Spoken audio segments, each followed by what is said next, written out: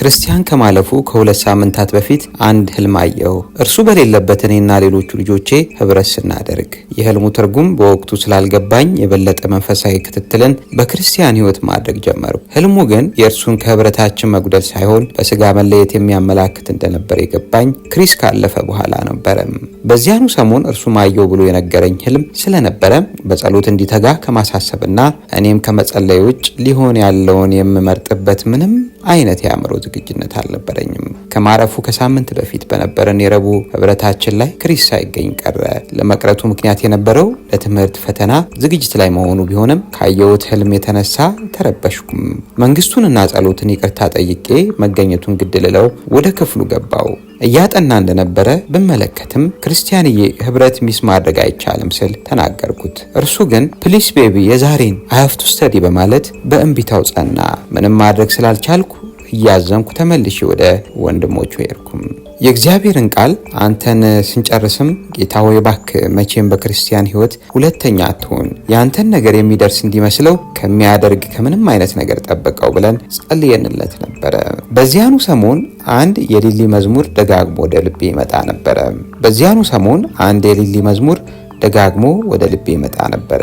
ባይመስለኝም እንኳን ቅሉ አንተ መልካም ነህ፣ ሰዎች ሁሉ ለምን ቢሉ አንተ መልካም ነህ፣ ልቤ ጨክኗል ሊያመልክህ ወስኗል፣ ኮስተር ብሎ መልካም ነህ ብሏል። ልቤ ጨክኗል ሊያመልክህ ወስኗል፣ ኮስተር ብሎ መልካም ነህ ብሏል። መዝሙሩ በውስጤ እየበረታ ሲመጣ በአንደኛው የመኪናዬ ጉዞ ወቅት አማኝ ወንድሞች ከሆኑት የራይድ ደንበኞቼ ነብዩ የሆነ አቢኔዘር እርግጠኛ አይደለሁም አንዳቸውን መዝሙሩን እንዲከፍቱልኝ ጠይቄ አዳምጠው ጀመረ። አስለቀሰኝ። በህልም እንደሚነግረኝ ሁሉ በመዝሙር መናገርም ጌታ አስለምዶኛልና ምን እያለኝ ይሆን ብዬ ፈራው። በህይወቴ ሲያልፍ ከቆየው በወቅቱ ከሚከብደኝ ሁኔታ በመነሳት ደግሞ ምን ልታደርገኝ ነው ብዬ ስቅስቅ ብዬ አለቀስኩም። ክርስቲያንን መነጠቅን ግን ልጠረጥር አልችልም። እኔ ገና ወደፊት ከዓመት በኋላ ኮሌጅ ሲሄድ ከእኔ እንደሚርቅ በማሰብ ለልቤ ብርታት ለእርሱም ዝግጅት የምጸልይ ስሰው ነበርኩ። የወደደውን አድርጎ እኔን ከነ ልጆቼ ሊያበረታ የጌታ ፍቃድ ነበረ። ያለ እርሱ ፈቃድ አንዲትም ነፍስ አጠፋምና የልጅ ህልፈት የሆነው በእግዚአብሔር ፈቃድ ነው እላለሁ። እርሱ ሁሉን ይገዛልና። 2 ድንቢጦች በ5 ሳንቲም ይሸጡ የለምን? ከእነርሱም አንዲቱ ያለ አባታችሁ ፈቃድ በምድር ላይ አትወድቅም። የእናንተስ የራሳችሁ ጸጉር ሁሉ እንኳን ተቆርጧል። እንግዲህ አትፍሩ፣ ከብዙ ድንቢጦች እናንተ ትበልጣላችሁ። ለዚያ ነው በልጅ ህልፈት ጉዳይ ግራ ቀኝም ሳልል ጠበቀኝንም ሆነ ጥያቄን ከእርሱ ከሁሉን ቻዩ ጋር እንዲያልቅ የወሰንኩትም። እንዲህ ባደርግ ኖሮ ሐኪሞች እንደዚህ ሆስፒታሉ እንደዚያ በማለት ኃይልን ያላባከንኩት ክርስቲያንዬ እንደ ምልጃይና እንደ ብዝሃ ልመና ቢሆን በህይወት ይቆይ ነበረ። አምላካችን አልፈቀደም። ቢድን ምስጋናና ክብሩ ለጌታዬ ብቻ ነበር የሚሆነው። ስለዚህ በህልፈቱም ማንንም አልወቅስም። እግዚአብሔር የወደደውን አደረገ። ባይገባኝም ቢያመኝም የሆነውን ከመቀበል በቀር አማራጭ የለኝም። የዛሬ ወር በዚህ ሰዓት ምጥ ላይ ነበርኩ። ከእግዚአብሔር ፈቃድ ጋር ብርቱ ትንቅንቅ ላይ የበኩር ልጄን ክርስቲያንን ሊወስድብኝ ከመጣው ሞት ጋር የፍጻሜ ትግል እያደረግኩ ነበረ። እጅግ ብርቱ ትግል። መግደልም ሆነ ማዳን በእጁ ባለው ማንም ይሁን ያለውን ሊከለክል በማይችለው አምላክ ጨካኝ ውሳኔ የውዱ ልጄ የልብ ምት ዳግም ላይ መታ ቆመ። በድል እንደምወጣው ባለሙሉ እምነት የነበርኩት ትግል በዚያ ተደመደመ። የተለያየ መድኃኒት ለፈውሱ እየተሞከረ ብዙም ለውጥ ሳይታይበት ቀናት ቢሆኑም ሊመጣ ላለው ክፉ እንድዘጋጅ በጥንቃቄ ሊያሳውቁኝ እየሞከሩ ለነበሩት ሐኪሞች እናገር እንደነበረው የኔ ተስፋ የነበረው ኢየሱስ የተባለው መድኃኒት ነበረ። ከሁሉም ሊያድን የሚችል እርግጠኛ የነበርኩበት መድኃኒት እርሱም ብቻ ታምኜ ነበረ። መድኃኒትነቱ እንዲሰራ አስፈላጊ የነበረው እምነትም ነበረኝ። ጌታ በቃሉ እንዳለው በጸሎት እርሱን ለምንጠይቀው ነገር እምነት ሊኖረን ግድ ነው፣ ቢያንስ የሰናፍጭ ቅንጣት የምታህል። በዚያ ሁኔታ ውስጥ እኔ ስለ ልጄ ስለ ክርስቲያን ፈውስ ከሰናፍጭ ቅንጣት የላቀ እምነት እንደነበረኝ እርግጠኛ ነኝ። በህመም አልፎ ተስፋ በቆረጠበት ሁኔታ ውስጥ ጌታ ፈውሶ ለክብሩ እንደሚያቆመው በእምነት እርግጠኛ ነበርኩ። በኋላ እንደ እግዚአብሔር ፈቃድ የሆነው ነገር ሊሆን እንደሚችል ለመጠባበቅ ምንም አይነት ዝግጅት አልነበረኝም። እግዚአብሔርን ስለ ልጄ ፈውስ ታምኘው ነበረ። ቆይቼ ግን በእያንዳንዱ የጽኑ ህሙማን ማገገሚያ ጉብኝቴ ወቅት እየተሰናበትኩት እንደነበር ገባኝ። ባርኬው ጸልዬለትና ከእግዚአብሔር ቃል አንብቤለት ሳበቃ በቀን አንዴ ሄጄ አይቻቸው ስለምመለሰው ወንድሞቹ፣ በተለይም አጥብቸው ስለምመለሰው ስለ ትንሹ ጎባ አወራለት ነበረ። ከተሰካኩበት በርካታ የመርጃ መሳሪያዎች ተርፎ ያለውን የአካሉ ክፍል በተለይም ውብ እጅና እግሮቹን ደጋግሜ ስሜ ከክፍሉ ስወጣ የሆነ ነገሩ ስንብት ይመስል ነበረ። ልጄ፣ ምስኪኑ ልጄ፣ የኔ ውድ በኩሬ ሄደ። አምላኩ የህይወቱና የህይወቴ ፈጣሪና ባለቤት በውዴታው የሰጠውን እስትንፋስ በቃ ብሎ መልሶ ወሰደበትም። ልጅሽ ብሎ የሰጠኝን ነፍስ በፈለገው ጊዜ መልሶ ወሰደው። ውስጤ ጸጥ አለ። ግራ የሚያጋባ ብርታት ወረሰኝ። ከኔ ሊሆን የማይችል መረጋጋት ያዘኝ። ልቤ ሲሰበር ግን ተሰማኝ። ውስጤ እርር እፍር አለ። ልጆቻችንን የሆነ የወደዱትን ነገር ስንወስድባቸው የከንፈራቸውን የታችኛውን ክፍል በኩርፊያ ጣል እንደሚያደርጉት አይነት መጣል ውስጤ በአምላኬ ላይ ከንፈሩን ጣለ። ጥቂትም ቢሆን አኮረፍኩትም። ኢየሱስ ስለ ክብሩ ብቻ ሳይሆን ስለ ፍቅራችን ደግሞም ስለ ርኅራኄ ሲል ይምርልኛል ብዬ አምኜ ስለነበር የሆነው ሲሆን መጀመሪያ የተሰማኝ አይወደኝም እንዴ? ስለ እኔ ብዙ ግድ የለውም እንዴ? የሚል ስሜት ነበረ። ከምወደው ልጄ በድን አጠገብ ተቀምጬ ልሰናበተው እያየሁት ውስጤ ሳልወደው ስለወደደኝ ሳልጠይቀው ራሱን ስለገለጠልኝ ስለ አምላኬ መልካምነት ዘውትር የማሰላስለውን ያቆመኝን እውነት አልፎ ሁሉም ውሸት ቢሆንስ ሲል ተጠራጠረ። ጸሎት ከንቱ ነውን? እምነትስ ከንቱ ሞኝነት ነውን? ብሎ ውስጤ ደፍሮ ጠየቀኝ። የሆነውን ነገር አውቆ የልጁን በድን እያየ ከአእምሮ በላይ የሆነበት የአባቱ የለቅሶ ድምፅና የወንድሞቹ የስንብት እንባ እንደገና እዚያው የተሰበርኩበት ላይ ሰበረኝ። የማንተካውን ልጃችንንና ታላቅ ወንድማቸውን ነው ያጣነው። እጅግ ያማል። ሆኖም ግን አምላኬ ግጥም አድርጎ እንዲያዘኝ እንዳበረታኝ ቆየ። እግዚአብሔር እንደማይሳሳት ፈቃዱን በጎ ደስ የሚያሰኝና ፍጹም እንደሆነ እናውቃለን። ይህ ፈቃዱ በአንድ ወቅት አንድያ ልጁ ከባዱን የሞት ጽዋ እንዲጠጣ የጨከነም ነበረ። በደል የሌለበትን ንጹሕ ልጁን ስለ ዓለሙ ሁሉ ኃጢአት መስዋዕት እንዲሆን ይሁን ብሎ ነበረ።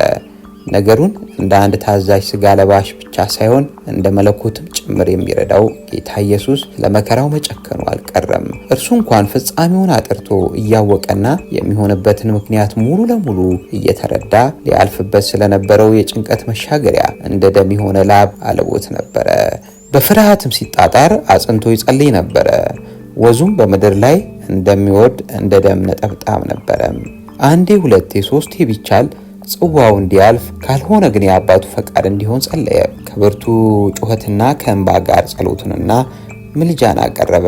እግዚአብሔርም ስለ መፍራቱ ተሰማለት፣ ጸሎቱ ተሰማለት። እንደ እግዚአብሔር ፈቃድ የሆነው ጸሎቱ እንጂ ከፍርሃቱ የመነጨው የጭንቀት ልመናው አልተፈጸመም።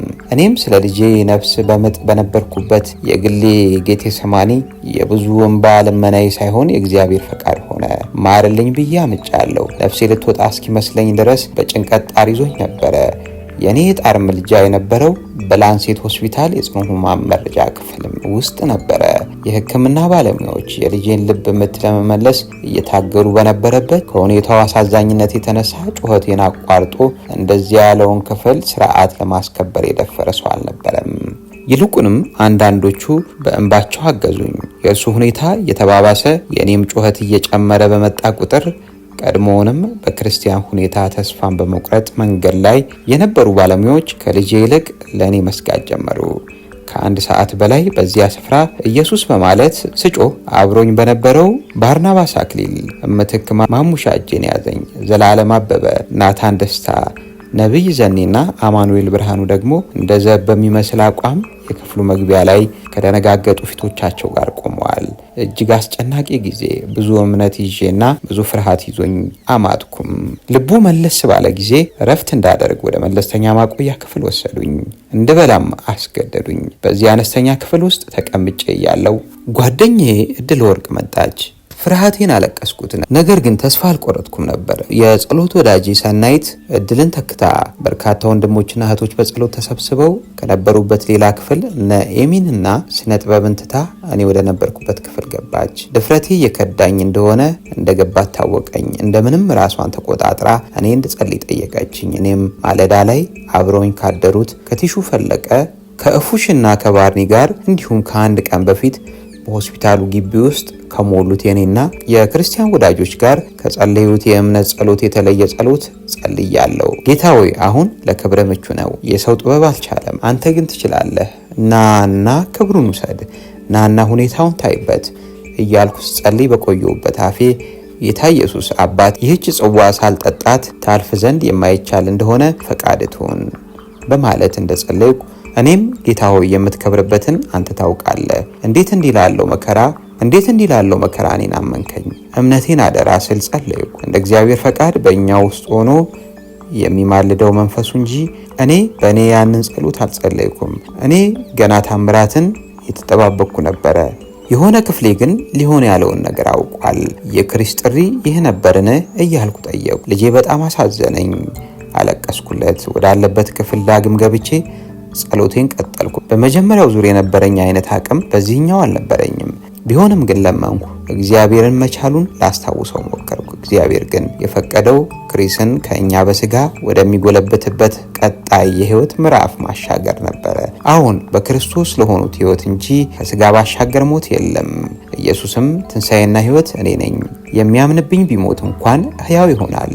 ሕያው የሆነም የሚያምንብኝ ሁሉ ለዘላለም አይሞትም። ኖሮ ጌታን በህይወት እንዲያከበር የእግዚአብሔርን እውነት ይበልጥ በማስታጠቅ እጓጓለት የነበረው የልጄ ህይወት ትርጉም እኔ ካሰብኩት የተለየ ሊሆን እንደሚችል ማሰብ የግድ ሆነብኝ። የጌታ የሆነው ሁሉ ብንኖርም ሆነ ብንሞት ቁም ነገሩ ለአምላካችን ክብር መሆኑ ነውና ለአምላኩ ክብር ይሆን ዘንድ የተጻፈለት ለእኛ ልብን በሚሰብርና እጅግ በሚቆጭ ግን አምላኩን ባከበረና ወንጌልን በብርቱ ምስክር ባስነገረ መልኩ በ17 ዓመቱ ከኛ በሞት መለየት ሆነ።